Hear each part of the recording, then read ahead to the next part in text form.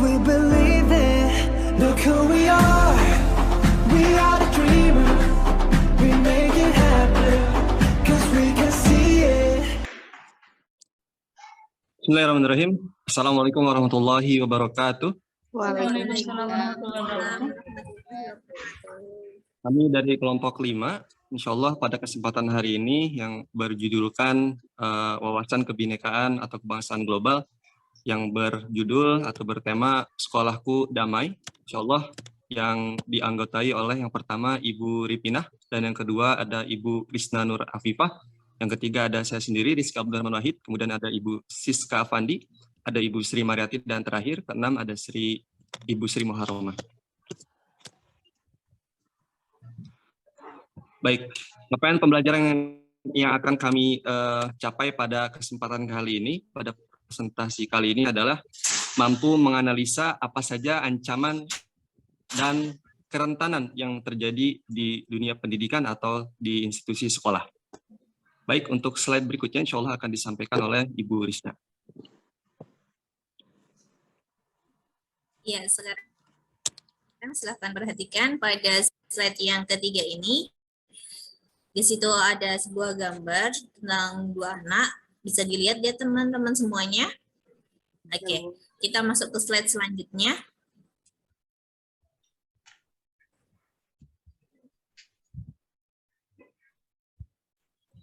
Yang pertama, bagaimana tanggapan kamu terkait gambar tersebut? Bagaimana teman-teman? Tidak baik. Dari gambar tadi. Tidak baik, Bu. Tidak baik. Oke, yang lain? Ada lagi? Kan, Ibu.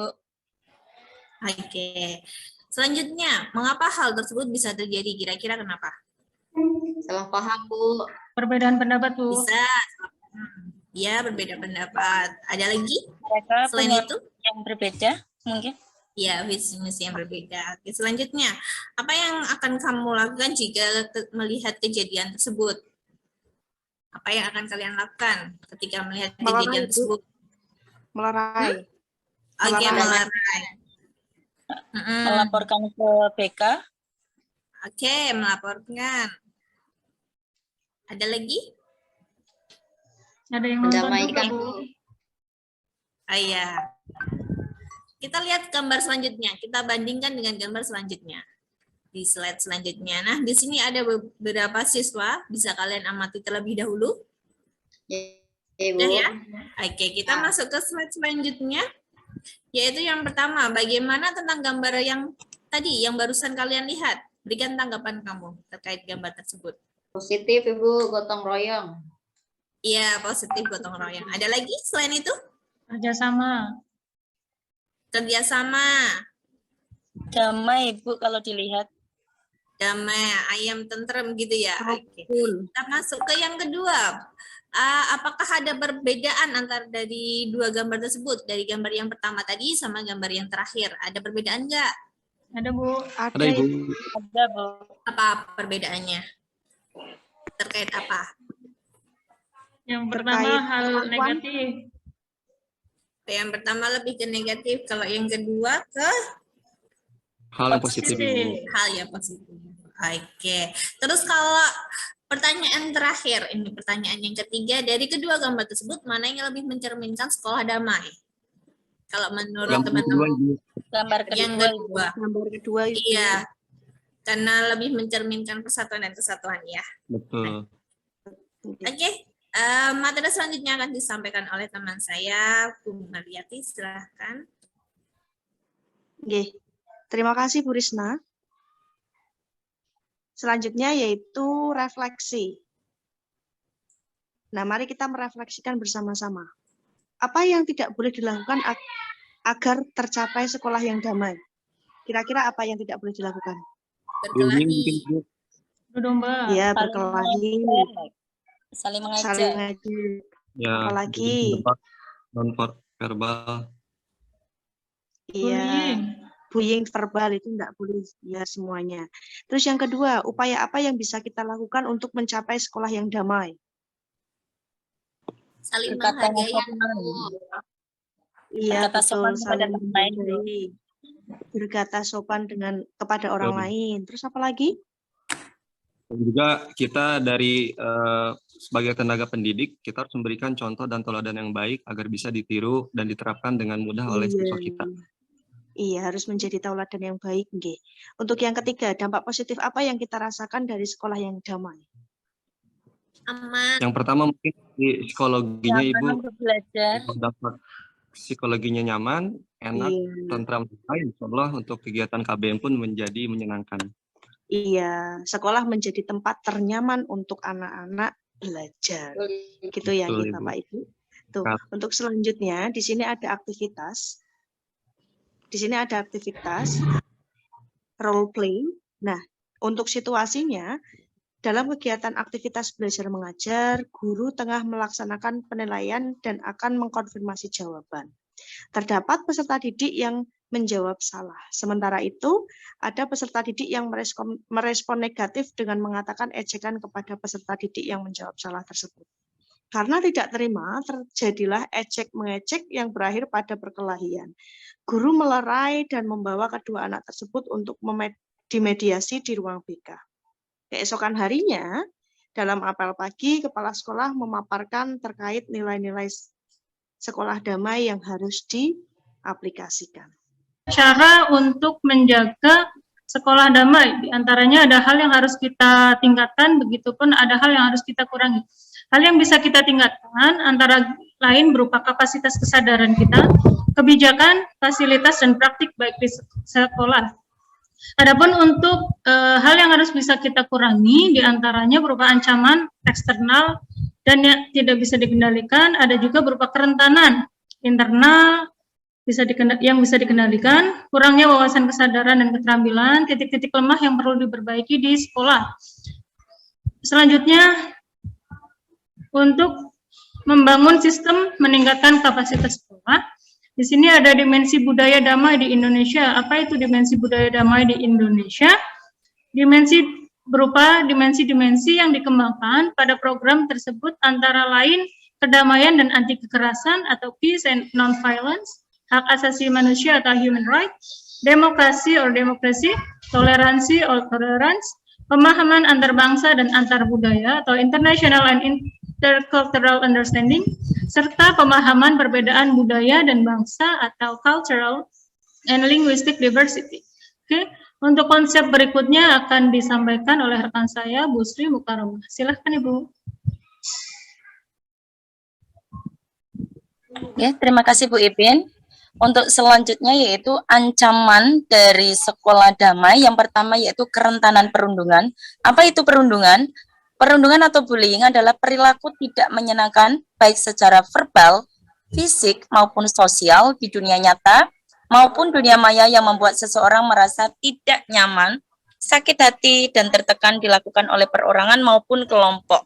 Jadi saya pernah melihat ada anak satu dikeroyok banyak orang dan ini menyebabkan dia itu semakin tidak pede dan ketakutan untuk berangkat sekolah. Nah, kalau di sini misalnya tawuran, intimidasi, pengeroyokan, pembunuhan, dan lain-lain dari Kemendikbud 2018. Kemudian untuk ancaman yang kedua, yaitu tentang kekerasan seksual. Ya, slide screen-nya. Oke, kekerasan seksual itu apa sih? Mengutip dari kemendikbud.go.id, kekerasan seksual diartikan sebagai setiap perbuatan yang merendahkan, menghina, melecehkan, dan atau menyerang tubuh dan atau fungsi reproduksi seseorang.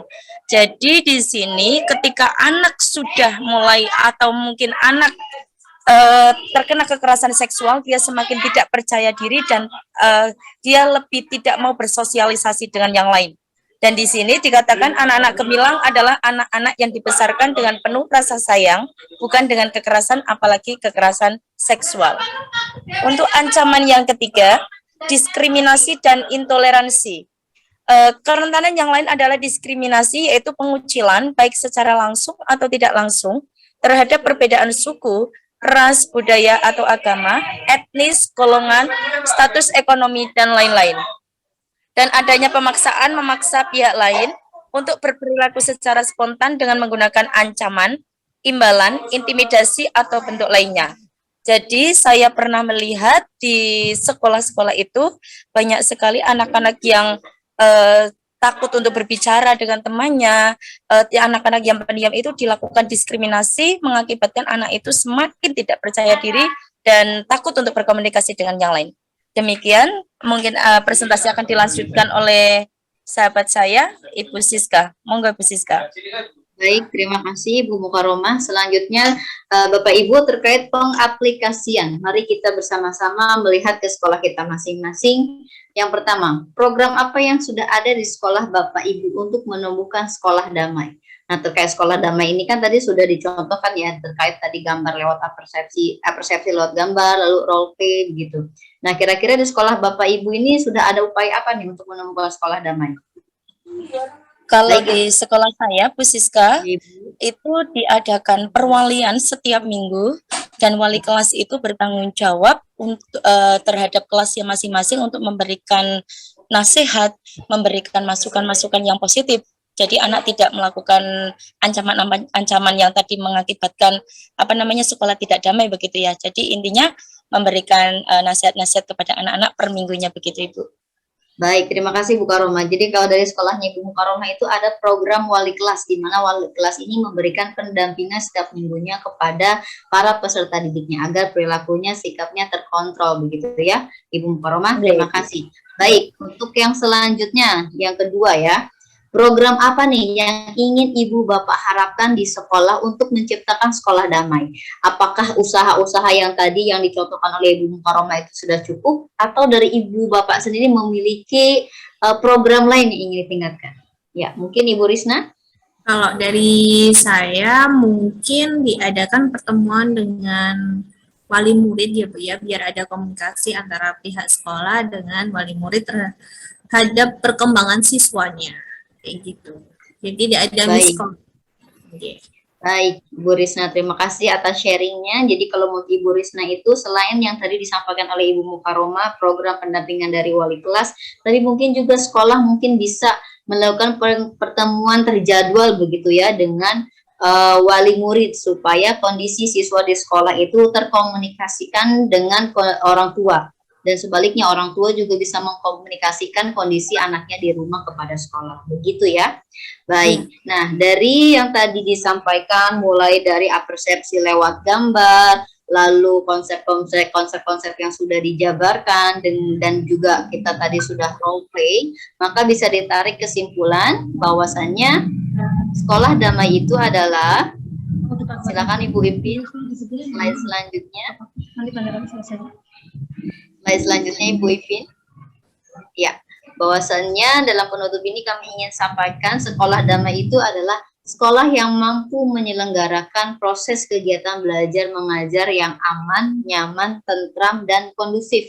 Tidak terjadi bullying, baik fisik maupun verbal, baik yang dilakukan antar peserta didik maupun guru terhadap peserta didik ataupun peserta didik terhadap guru, serta tidak terjadinya hukuman atau tindak kekerasan fisik, baik yang dilakukan antar peserta didik maupun guru dengan peserta didik. Jadi kita sebagai pendidik mohon sekali untuk menghindari hukuman-hukuman fisik kepada para peserta didik kita agar terciptanya sekolah damai di sekolah kita, yakni sekolah yang terhindar dari kekerasan fisik, bullying, dan lain sebagainya.